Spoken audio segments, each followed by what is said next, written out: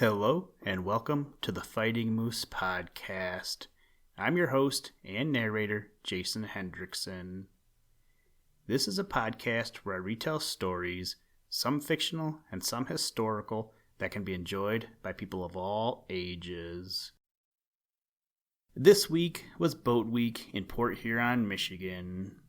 Coming up tomorrow, on Saturday, a large group of sailboats will be departing from Port Huron and heading north to Mackinac Island for the annual Port Huron to Mackinac sailboat race. It's always a great time around town. People come from all over to hang out and send the racers off with festivities like parades and concerts. So today I decided, let's read a boat story, and what better boat than the good ship Argo. Today's story is titled The Argo and comes to us from the book The Golden Fleece and the Heroes Who Lived Before Achilles, and was written by Padraic Colum. So as we get ready to set sail with the Argo, and as the racers get ready for the race tomorrow, I will bid you and all the racers fair winds and following seas. Now, let's turn to today's story. I hope you enjoy. Let's begin. Liftoff. We have a liftoff.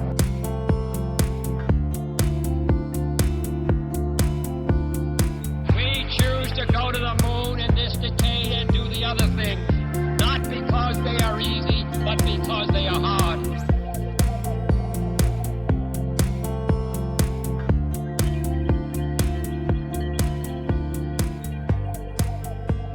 The Argo. The heroes went the next day through the streets of Iolcus down to where the ship lay.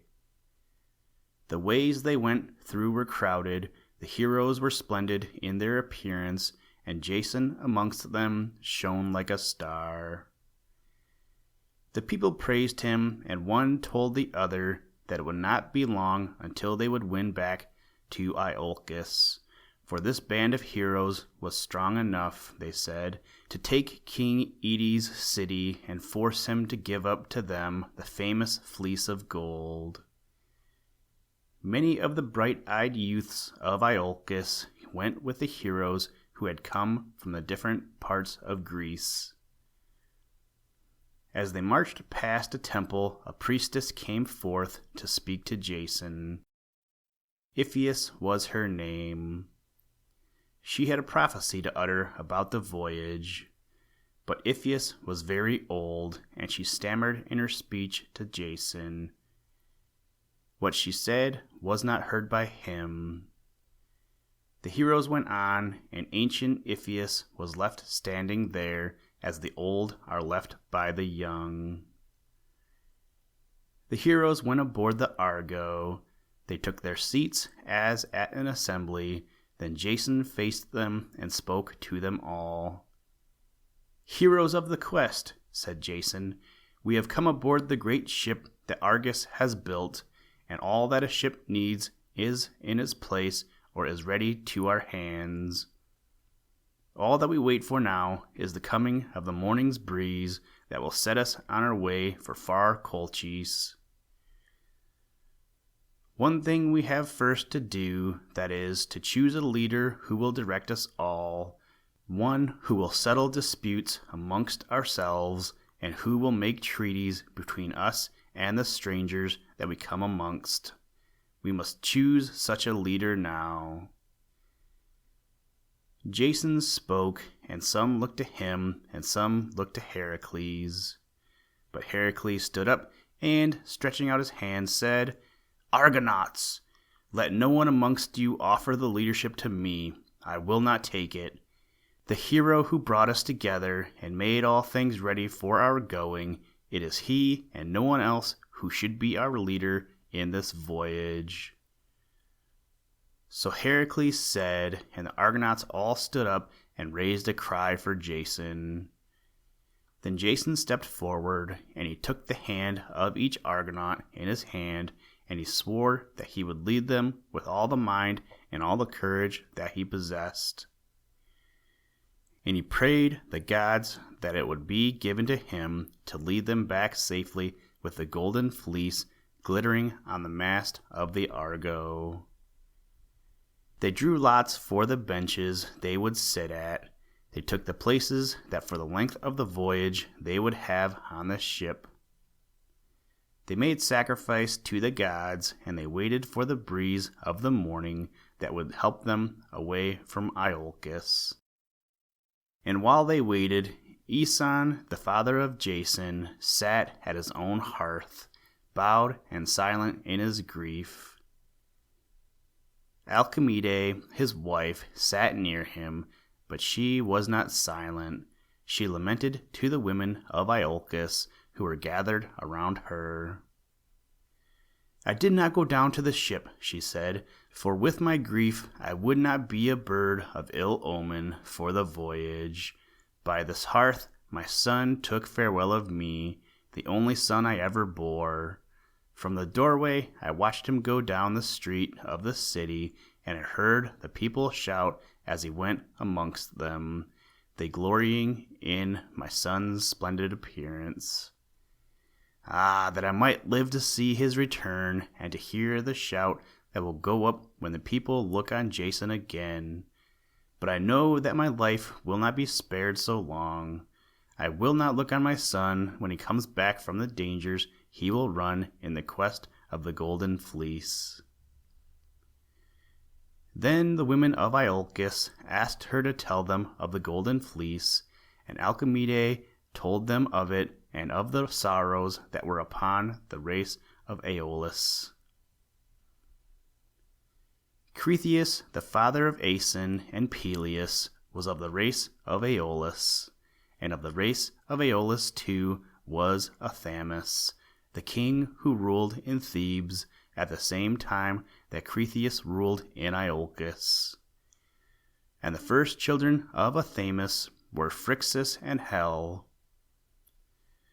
Ah, Phrixus and ah, Helle, Alcimede lamented, what griefs you have brought on the race of Aeolus, and what griefs you yourselves suffered. The evil that Athamas your father did you lives to be a curse to the line of Aeolus. Athamas was wedded first to Nephele, the mother of Phrixus and Helle, the youth and maiden. But Athamas married again while the mother of these children was still living, and Ino, the new queen, drove Nephele and her children out of the king's palace.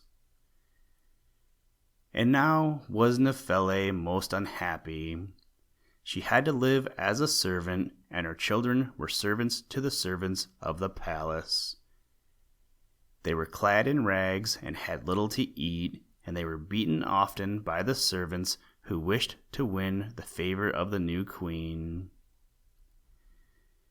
But although they wore rags and had menial tasks to do, Phrixus and Helle looked the children of a queen. The boy was tall, and in his eyes there often came the flash of power, and the girl looked as if she would grow into a lovely maiden. And when Athamas their father would meet them by chance, he would sigh, and Queen Ino would know by that sigh that he had still some love for them in his heart. Afterward, she would have to use all the power she possessed to win the king back from thinking upon his children. And now Queen Ino had children of her own. She knew that the people reverenced the children of Nephele and cared nothing for her children. And because she knew this, she feared that when Athamas died, Phrixus and Helle, the children of Nephele, would be brought to rule in Thebes. Then she and her children would be made to change places with them. This made Queen Ino think on ways by which she could make Phrixus and Helle lose their lives. She thought long upon this, and at last a desperate plan came into her mind. When it was winter, she went amongst the women of the countryside and she gave them jewels and clothes for presents. Then she asked them to do secretly an unheard of thing. She asked the women to roast over their fires the grains that had been left for seed. This the women did. Then spring came on, and the men sowed in the fields the grain that had been roasted over the fires. No shoots grew up as the spring went by. In summer there was no waving greenness in the fields. Autumn came, and there was no grain for the reaping. Then the men, not knowing what had happened, went to King Athamas and told him there would be famine in the land. The king sent to the temple of Artemis to ask how the people might be saved from the famine. And the guardians of the temple, having taken gold from Queen Ino, told them that there would be worse and worse famine, and that all the people of Thebes would die of hunger unless the king was willing to make a great sacrifice. When the king asked what sacrifice he should make, he was told by the guardians of the temple that he must sacrifice to the goddess his 2 children, Phrixus and Helle. Those who were around the king, to save themselves from famine after famine, clamored to have the children sacrificed. Athamas, to save his people, consented to the sacrifice. They went toward the king's palace. They found Helle by the bank of the river washing clothes. They took her and bound her. They found Phrixus half naked, digging in a field, and they took him too and bound him. That night they left brother and sister in the same prison. Helle wept over Phrixus, and Phrixus wept to think that he was not able to do anything to save his sister.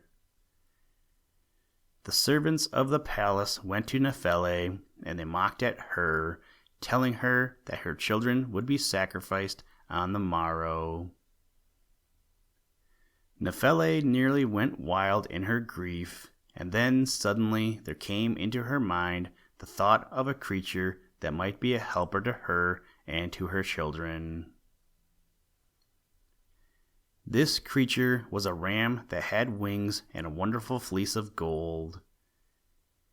The god of the sea, Poseidon, had sent this wonderful ram to Athamas and Nephele as a marriage gift, and the ram had been since kept in a special fold. To that fold Nephele went. She spent the night beside the ram, praying for its help. The morning came, and the children were taken from their prison and dressed in white, and wreaths were put upon their heads to mark them as things for sacrifice. They were led in a procession to the temple of Artemis. Behind that procession, King Athamas walked, his head bowed in shame. But Queen Ino's head was not bowed.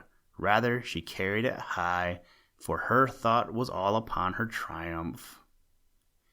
Soon Phrixus and Helle would be dead, and then whatever happened, her own children would reign after Athamas in Thebes. Phrixus and Helle, thinking they were taking their last look at the sun, went on. And even then Nephele, holding the horns of the golden ram, was making her last prayer. The sun rose, and as it did, the ram spread out its great wings and flew through the air.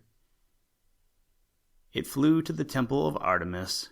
Down beside the altar came the golden ram, and it stood with its horns threatening those who came. All stopped in surprise.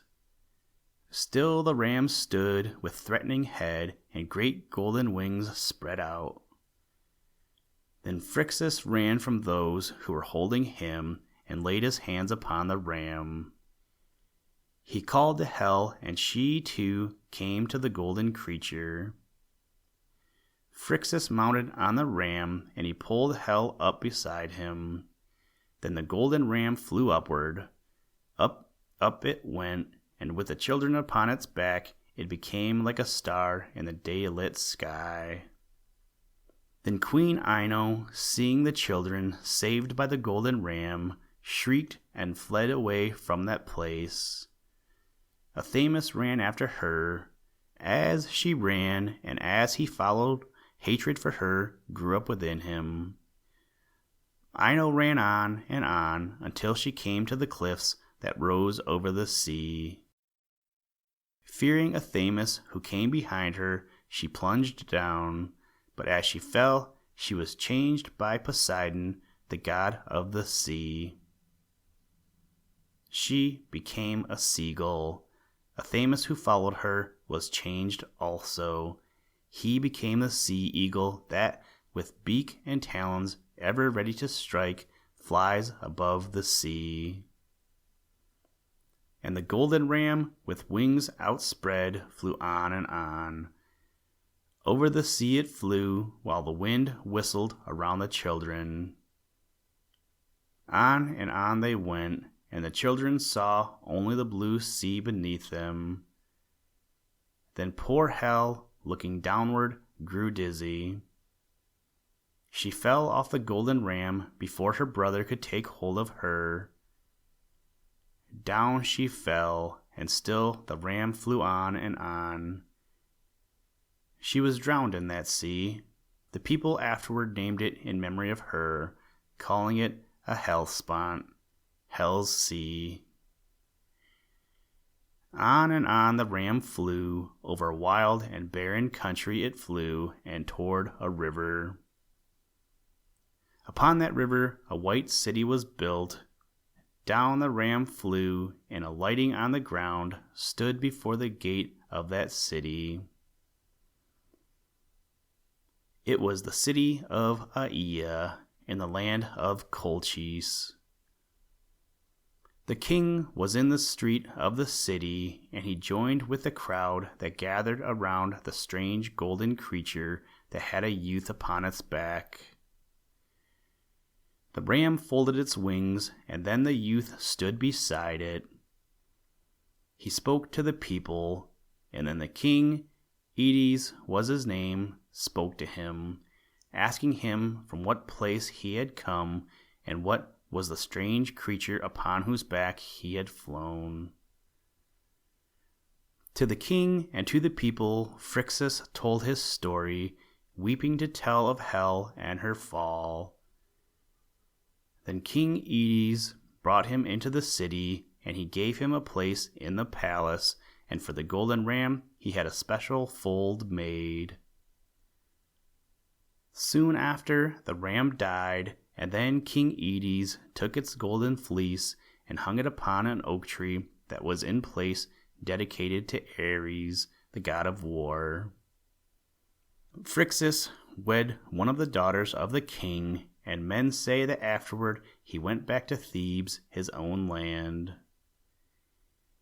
And as for the golden fleece, it became the greatest of King Achilles' treasures.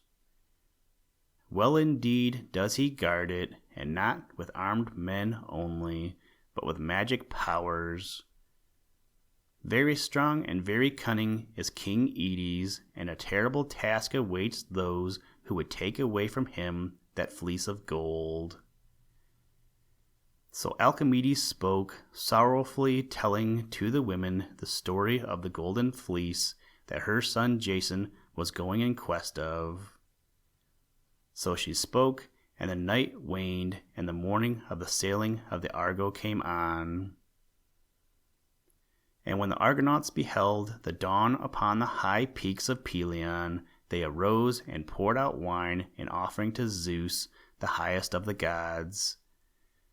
Then Argo herself gave forth a strange cry, for the beam from Dodona that had been formed into her prow had endued her with life. She uttered a strange cry, and as she did, the heroes took their places at the benches, one after the other, as had been arranged by lot, and Tiphys the helmsman went to the steering place. To the sound of Orpheus's lyre, they smote with oars the rushing sea water, and the surge broke over the oar blades. The sails were let out, and the breeze came into them, piping shrilly, and the fishes came darting through the green sea, great and small, and followed them, gambolling along the watery paths.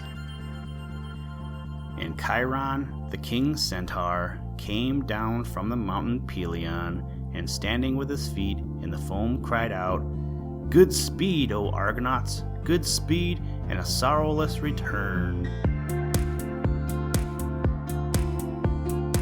Listen, Tranquility Base here. The Eagle has landed. That's one small step for man, one giant leap for mankind.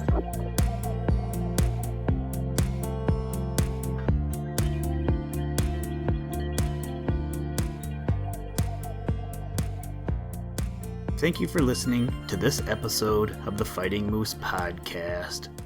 Please join us next time as we read another exciting story. Today's music was provided by the artist Analog by Nature, and the audio clips were provided from NASA. For more information to download and or listen to audio or materials from all our recordings, or to contact us, please visit www.thefightingmoose.com, or you can follow the links in the show notes. If you enjoy the podcast, please leave us a review wherever you get your podcast or on iTunes, and tell a friend. Thank you for your patronage, and as always, try and do a random act of kindness every day. Mission complete, Houston. After serving the world for over 30 years, the space shuttle turned its place in history and it's come to a final stop.